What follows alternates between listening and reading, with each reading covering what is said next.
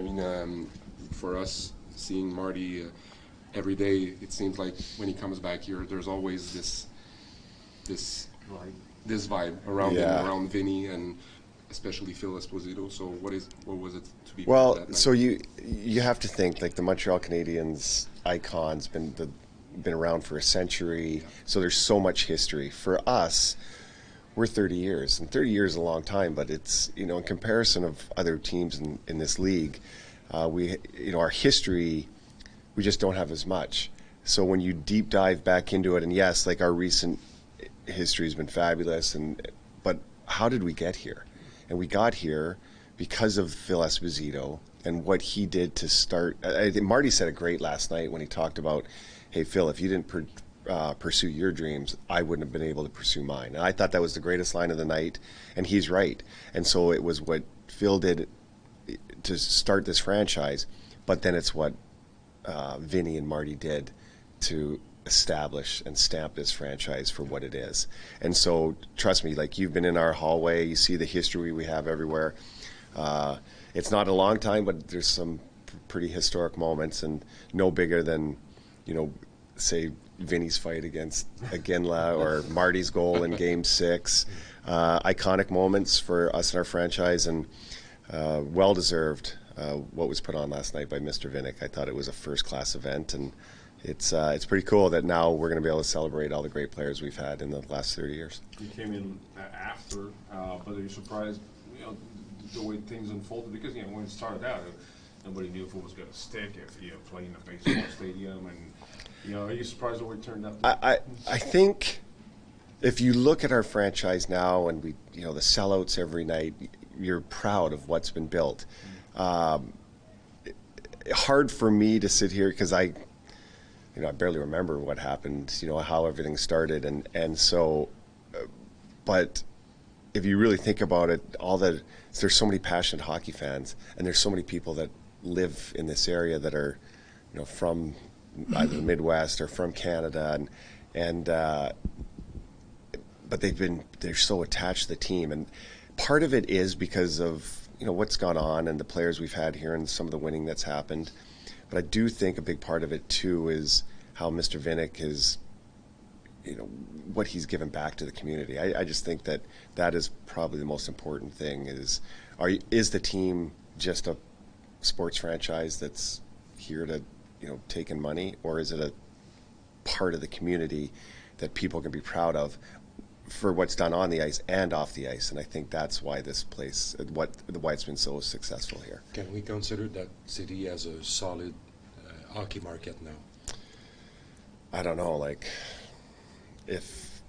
didn't Forbes say it was worth like $1 billion? I'd say something's gone right. Just hockey-wise. Oh, is this a hockey market? Yeah. Fan-wise? Yeah. 100%. Yeah. You can go to, there's 3 big professional sports in this town, and it'd be remiss not to say the Lightning is, arguably the top one, just in popularity, and that's with a long-standing, Bucks team that's been fabulous and won a recent Super Bowl. But the Lightning have a stamp on this city, and the fans are pretty passionate about the team. It's been a long time since Marty's been here, but when you look at Stamkos and Hedman, you feel like he still has some fingerprints on the leadership of this group? Yeah, to see the guys, there's a small list now. I think it's myself and Stammer, Heddy, and Killorn are the only guys left from kind of that group when Vinny and Marty were here. But there's the fingerprints of those guys are in, for sure, in Stammer with Marty. Those two were attached to the hip, and I think Marty really helped Stammer along when he was a young kid. And then, Vinny and Marty and Stammer have very similar paths and being high picks and what they had to come into. So it's, their stamp on this team, especially, that Vinny's come back and stayed in the community, are still very impactful with us. Can you talk, John, about right now, there's a month left before the start of the season. You've been used to waiting, for the playoffs to start. Is it a grind mentally to say we have another month left, we're not going to can ask me this question in front of the camera or behind the camera.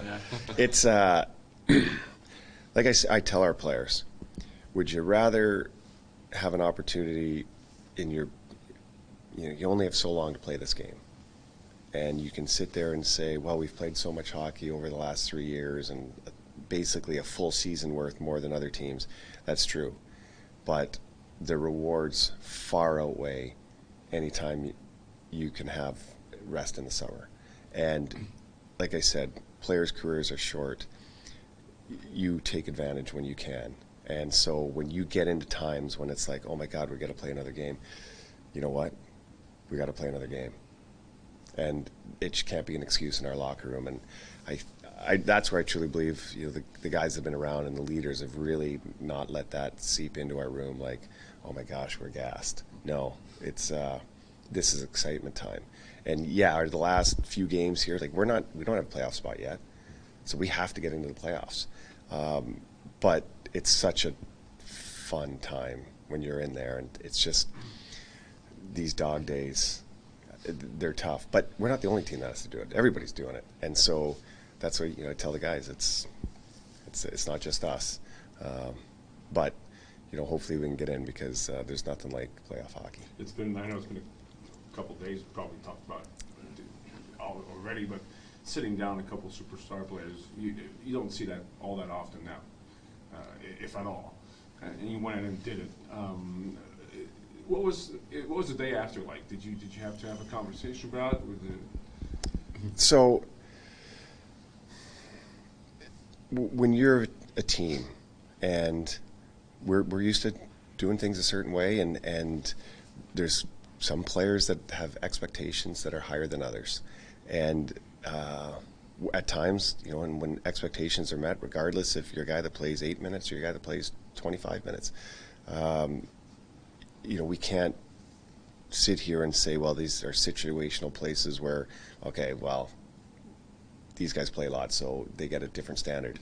We're all held to the same standard, including myself. And so